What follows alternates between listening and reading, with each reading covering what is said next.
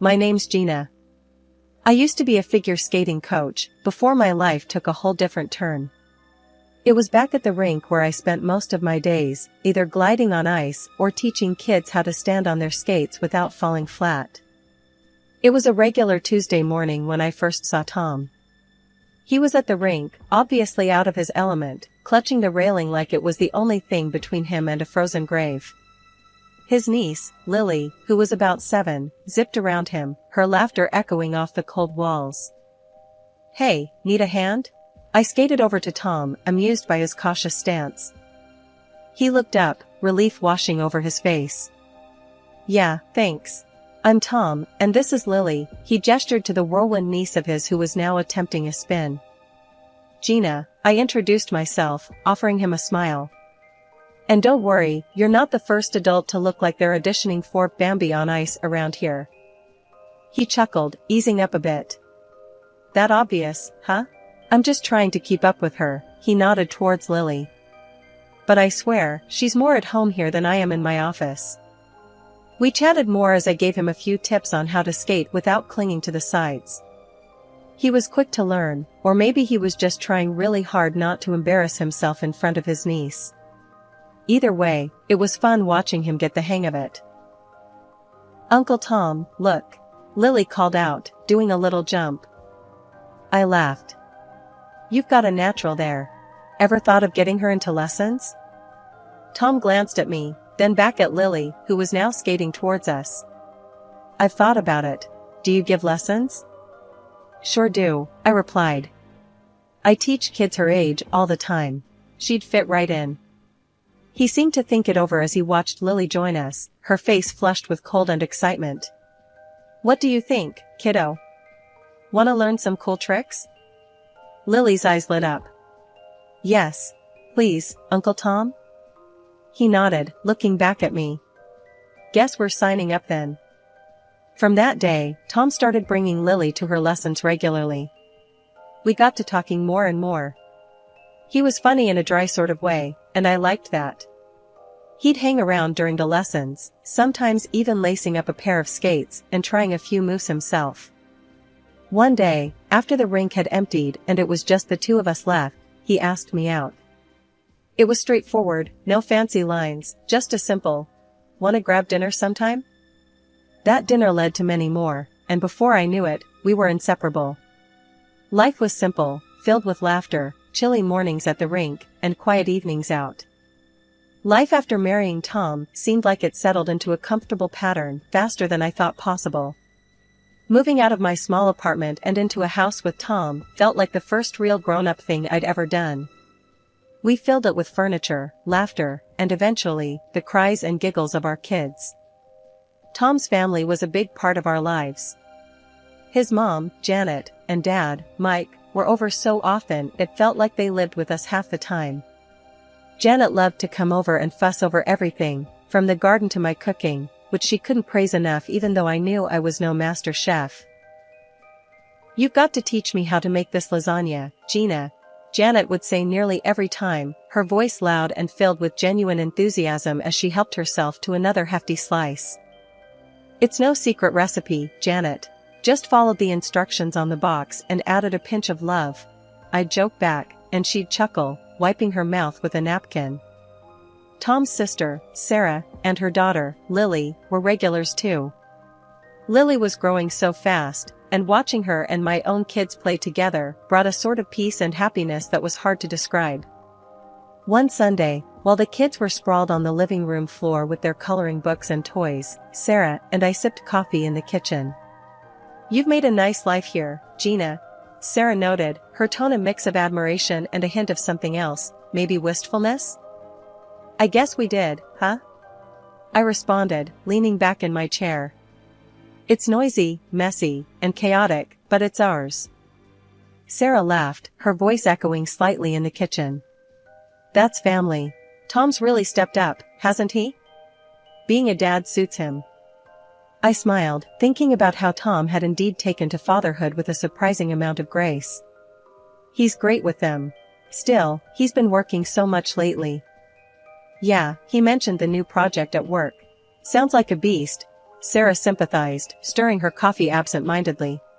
Tom had been staying late at work more often, coming home after the kids were in bed. I understood, his job was demanding, and he was the sole breadwinner now that I had quit working to raise the kids. That night, after the kids were asleep and I was folding laundry, Tom came home. He looked exhausted, his suit rumpled and his hair a mess. "You look like you've been through a war," I said, half joking as I walked over to help him with his coat. Tom forced a smile, his eyes tired. "Feels like it sometimes. These clients are driving me up the wall." We ate in a comfortable silence, the kind that comes from knowing someone so well that words aren't always necessary. But underneath that comfort, a thread of worry nagged at me. Tom was pulling away, bit by bit, lost in his work. Later, as we lay in bed, I turned to him, the moonlight casting shadows across our room. "You okay? You've been really distant lately. Talk to me." Tom turned to face me, his expression unreadable in the dim light. "I'm just tired, Gina. It's this project. It won't be like this forever, I promise."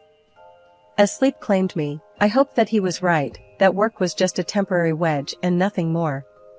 Because deep down, I feared what it might mean if our little bubble of domestic bliss burst. When I found out I was pregnant with our third child, it was a mix of joy and apprehension. I told Tom the news one evening after he'd come home late from work, looking as weary as ever. "Tom, I have something to tell you.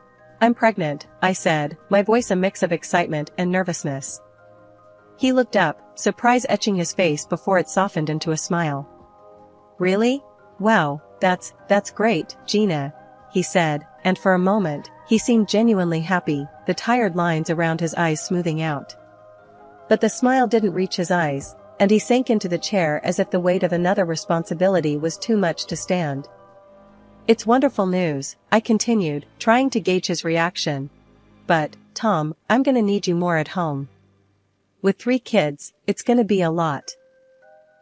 Tom's face changed then. The brief joy faded as reality hit him. "More at home, Gina? You know my work's crazy right now. How am I supposed to?" "I know, but it's our family, Tom. It's your kids too," I interrupted, feeling a sting of frustration. "I do my part, Gina," he snapped back, his voice raising. "I work all day to provide for us. I need to rest, not come home to more work and screaming kids." I swallowed hard, watching him walk away, feeling more alone than ever. His words hurt, but I tried to shake it off, telling myself he was just stressed. The months that followed were tough. My belly grew, and so did the distance between Tom and me. He started using work as an excuse to stay away, even more, coming home only to lock himself in his office, or leaving before dawn for so-called business trips. When our third child, Mia, was born, I hoped it might bring us back together, that seeing her tiny face would remind Tom of what was important. But it only seemed to drive him further away. He barely looked at Mia, and when he did, it was with a hollow kind of detachment. "Tom, won't you hold her?" I asked one evening, when he was actually home. I held Mia out to him, her little eyes blinking sleepily. Tom glanced at her, then back at his phone. "I've got to take this call," he said, turning away. It felt like a punch to the gut. I nodded, saying nothing, and turned back to Mia, whispering apologies into her soft hair. Days turned into weeks, and Tom's absences grew longer. When he was home, his irritation flared at the smallest noise, and I felt like I was constantly smoothing things over, keeping the kids quiet, keeping the house calm, all while my own heart was anything but. The day was just about winding down when my phone rang. It was a number I didn't recognize, and hesitating only a moment, I answered it while trying to soothe Mia, who was fussy after her nap. "Mrs. Thompson?" a deep voice inquired on the other end. It sounded formal, serious. "Yes, this is she. How can I help you?" "This is Paul Richards, the director at your husband's company. I'm sorry to disturb you, but we've been trying to reach Tom all day. We urgently need him back at the office." A cold prickle ran down my spine. "Oh, he's on a business trip right now. Won't be back till next week," I responded, my voice steady, despite the sudden thump of my heart. That's impossible, Mrs. Thompson. Paul's voice was confused and a bit impatient. We don't have him down for any business trips. And in fact, he took personal leave saying he needed to help at home with the new baby. My hand tightened around the phone. There must be some mistake. He left for a trip a few days ago. There was a pause on the other end, and then Paul spoke again, his voice softer this time. I see. If you do hear from him, please have him contact me directly. It's urgent. I hung up, the silence in the room now screaming loud. Tom's lies were unraveling faster than I could keep up with. He wasn't on any business trip. He had been lying for who knows how long. The pain of realization was sharp, almost physical. I tried to focus on the rest of the day, but my mind was spinning, my thoughts dark and tangled. When Tom finally came home later that week, acting like nothing was out of the ordinary, I felt sick watching him. He kissed me his forehead and complained about the long flight he'd supposedly just endured. I said nothing about the call from his director. Instead, I watched and waited. The next day, as Tom took a long shower, I noticed his phone lying on the dresser, surprisingly not password protected at this moment. My hand shook as I picked it up and started going through his messages. There, right in front of me, were dozens of texts and photos, not just any photos, but intimate ones with his secretary, a young woman named Marissa. They spoke of meetings when he was supposedly working late and little getaways when he was on his so-called business trips. I felt like I couldn't breathe. My hands automatically worked to forward the messages and photos to my email. I needed proof. After I made sure there were no traces left of what I'd done, I put his phone back exactly where he'd left it. Tom came out of the shower, relaxed and oblivious to the storm raging inside me. He rambled on about his day, complained about being tired, and how he needed a quiet evening. Rough day? I managed to ask, keeping my voice neutral. Yeah, you know how it is. Non-stop action, he replied, collapsing on the sofa and flipping through the channels. I just nodded, feeling numb. After making sure the kids were settled in their beds, I sat at the dining table long after Tom went to bed, staring at the empty chairs around me. My life as I knew it was falling apart. Seeing Tom every day, knowing what I knew, was like swallowing poison. My heart burned with a silent rage, and yet I smiled through it all, keeping my plans close to my chest. I was going to expose his betrayal, his lies, in front of everyone we cared about. My birthday was fast approaching, and it would be the perfect stage for unveiling the truth. I started planning the party with a singular focus. I sent out invitations to all our family and friends, rehearsing my speech late at night when the house was quiet. Tom has been living a lie, I practiced saying to my reflection, my voice steady. And we've all been his audience. Tom seemed oblivious to my inner turmoil. He even helped with the party preparations, suggesting decorations and discussing the menu. His involvement was a cruel irony that wasn't lost on me. The day before my birthday, everything was set. The decorations were up, the food was ordered, and my speech was burned into my mind. That's when Tom dropped his bombshell. I've got to head out to the airport tonight. Urgent business in Chicago that can't wait. I'll be gone for 2 weeks, Tom announced casually over dinner, as if he were merely stepping out for a quick errand. My fork clattered to my plate. What? But my birthday is tomorrow. You can't be serious. Tom didn't meet my eyes. I'm really sorry, Gina. It's this new client, big opportunity. I can't pass it up. I knew better. There was no client, no business trip. It was her, his mistress. That's who he was choosing over me, over us, once again. Right. Work, I said, the word bitter on my tongue. I'll make it up to you, Gina. We'll celebrate when I get back, okay? He smiled at me, but I didn't return his smile. As he walked away, my thoughts raced.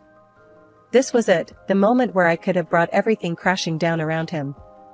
But he was leaving, and my plans for a public confrontation were ruined.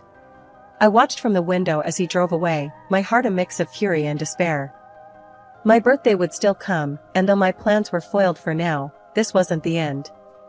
I would find another way, a better moment to reveal the truth. The morning after Tom left was the day of my birthday party. The house quickly filled with family and the warm chatter of familiar voices. My parents were the first to arrive, followed closely by Tom's parents, his sister Sarah, and her daughter Lily. They came bearing gifts and smiles, ready to celebrate.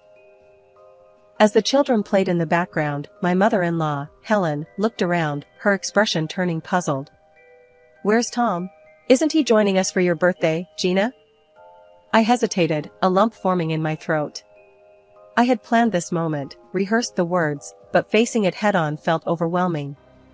"Actually, can we gather in the living room? There's something important I need to discuss with all of you," I managed to say, my voice steady. Curious and somewhat concerned, everyone moved to the living room, settling into the sofas and armchairs. I sent Lily to watch over the younger kids, ensuring they were occupied and away from what was about to be an adult conversation.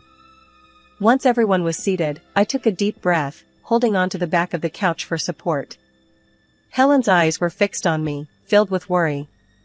"Gina, what's wrong? Where's our son?" I pulled out my phone, opening the gallery where I'd saved the evidence of Tom's infidelity.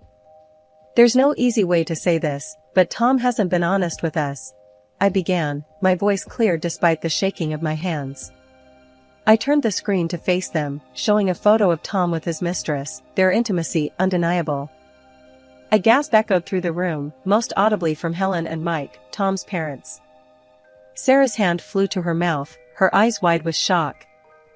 For years now, Tom has been distant, more involved with her than with his own family, I continued, the words tasting bitter. "He told me he was on a business trip yesterday, on the eve of my birthday, but that was a lie. He's with her right now." The silence that followed was heavy, loaded with betrayal and disbelief. Helen's face crumbled, tears welling up in her eyes. Mike's jaw was clenched, his hands balled into fists. Helen reached out across the space between us, taking my hand. "Oh, Gina, how long have you known?"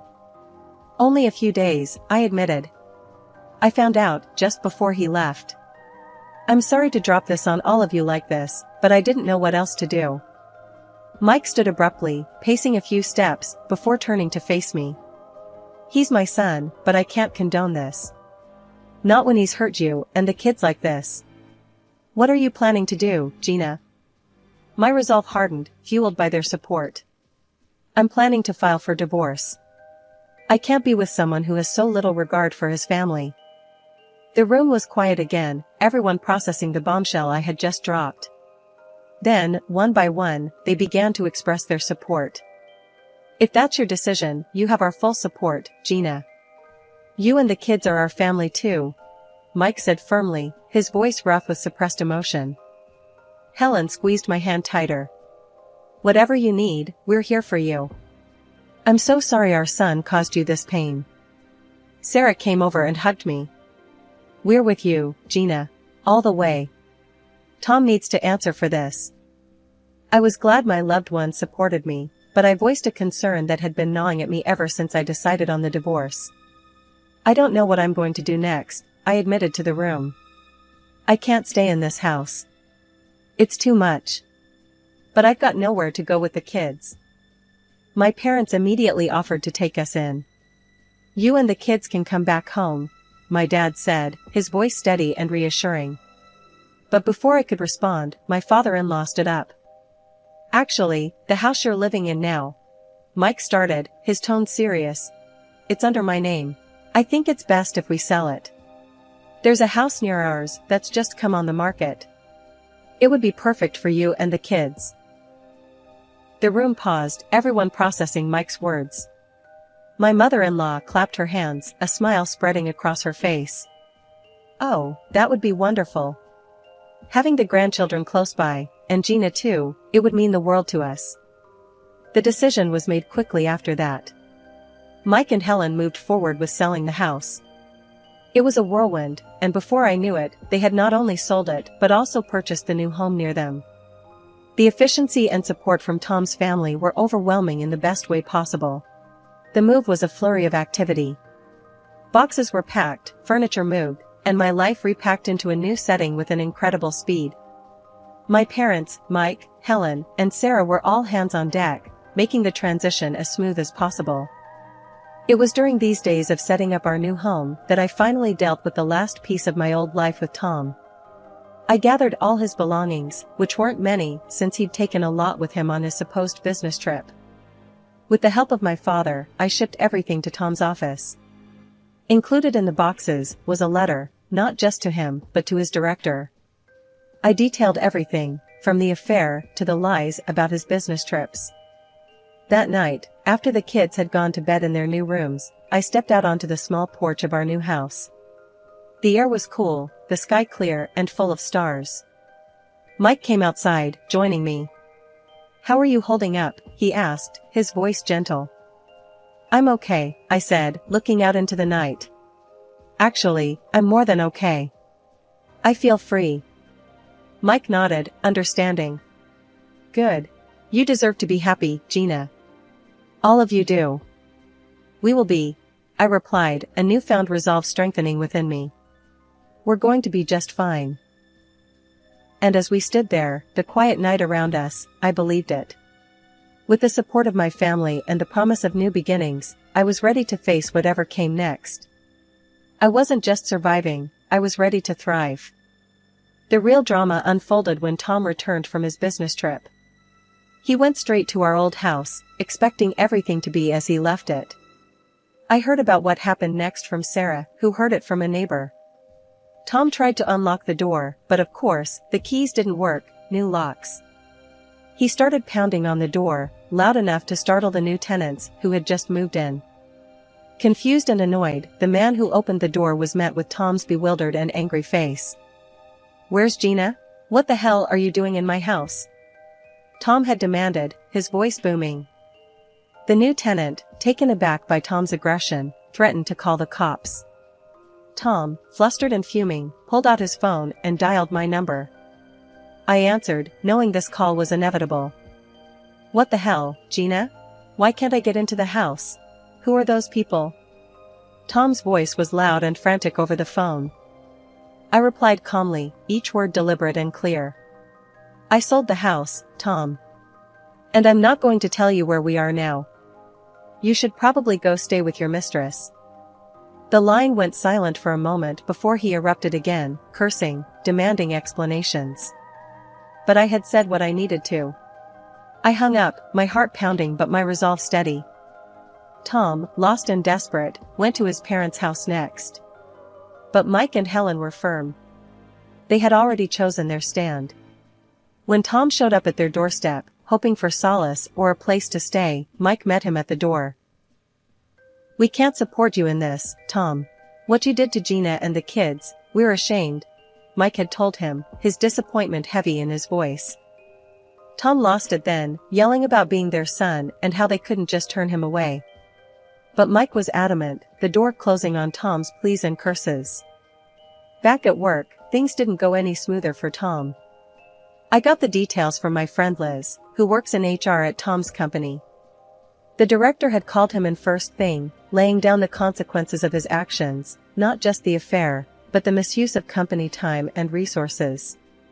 Tom was transferred to another branch effectively immediately. His secretary was fired, the company keen to wash their hands clean of any part in Tom's personal mess. Tom was livid, lashing out as he packed his things, kicking boxes, and throwing papers. It was a low point for him, but for me, it was a strange kind of closure. I filed for divorce shortly after, citing his infidelity. I included the evidence I had gathered, making sure my case was ironclad. I wasn't vengeful, but I needed to secure a future for our children. The court proceedings were swift, thanks to the overwhelming evidence and Tom's somewhat tarnished reputation. In the aftermath, I turned back to the one thing that always brought me peace, figure skating. I got a job teaching at a local rink. Morning sessions only, leaving my afternoons and evenings free to be with my kids. Life now is a far cry from where I was just a few months ago. The kids are thriving, closer to their grandparents, who spoil them rotten with love and toys. My evenings are filled with homework, laughter, and the occasional movie night. It's simple, but it's ours.